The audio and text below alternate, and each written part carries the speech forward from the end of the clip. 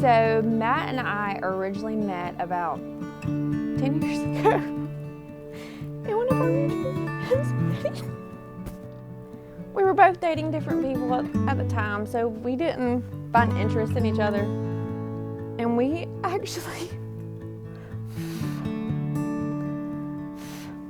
met on Match.com.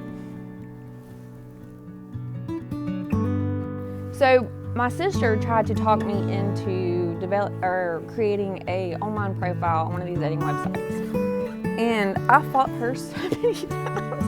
And finally I broke down and created a profile on Match.com. And I said, I'm gonna give it a 1 month trial. Once the 1 month is done, I'm done. I love you mostest. You never could. I love you most. And at week 2, Matt's picture kept coming up.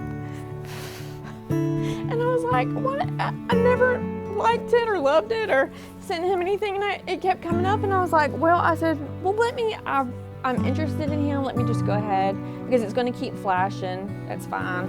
So I put that I was interested. Well, he messaged me probably a day or 2 later. After a couple of messages, he said, well, can I have your phone number? So we talked on the phone, and the first time we talked, I found out that he went to Collegedale in Troy. Oh, I said, my best friend in high school, her and her husband went to Collegedale when they went to Troy University. And he was like, well, who are they? I said, Heather and Adam Hart. He said, no. He said, I was in their wedding. I said, no. I said, you can't possibly be in their wedding. I said, I was in their wedding. I said, I don't remember you. I went back on my Facebook pictures to find pictures of Heather's wedding and found him in the pictures. And I'm like, oh my gosh. So our first date was on September 12th, 2018. We went to La Brea. And we sat there and talked for probably 3 hours. And I remember calling my mom on my way home, and she goes, man, she said, Abby, you must really like this guy. All you've talked about is Matt. But yeah, got to talking, and it was pretty early on that I knew that I'm going to ask her to marry me. I guess you could say the rest is history.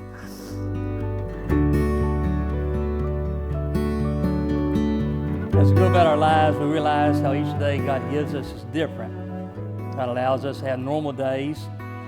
He allows us to have really bad days, and then every now and then He allows us to have really special days. There are a few days that are more special than this one, and Abby and Matt are getting to experience it twice. Matt, may you remember why you desire this marriage covenant. May you love Abby with the loyalty you have already shown your family. A number of us had an opportunity a few months ago to go to a dinner, bridal dinner, if you will, party for this couple. And at that dinner, Matt's sisters had a poem that they shared and read. And I won't read all of it, but I'll read some of it, because I think it speaks volumes. It says, Matt, our second daddy and occasionally our brother, your love for us is like no other. Until one day someone special came along, and for her your love is oh so strong. But before we let you go, there are some things about you everyone should know. First of all, to us, you have been the best, especially when we were babies and you got no rest. Throughout our years of school, you were oh so cool. You were always there to help with our homework and math so we would be safe from Daddy's wrath. We liked it when on our field trips you would go, even when our friends thought you were our dad, Matt, you've already shown great loyalty to your family. And I encourage you to know that you'll show that kind of loyalty to Abby as well.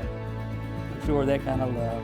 Abby, I hope you have found Matt, even in these couple of months together, to be a person you're comfortable with and confide in. And may you continue to care, comfort, and keep by your virtues this heart you have won by your graces. May you ever be true to this one who has promised to forsake all others and cleave unto you till death. If you keep these charges and you put God at the center of your relationship, then neither of you should feel alone in your marriage.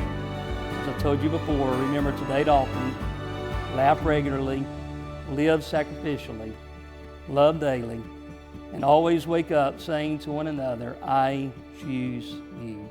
And now, because of the love pledged and sealed by the authority granted me as a minister of the gospel of Christ, it gives me great joy to pronounce you a second time husband and wife.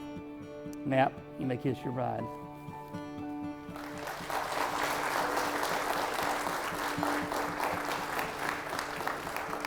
Ladies and gentlemen, may I present you for the second time, Mr. and Mrs. Matt Qualls.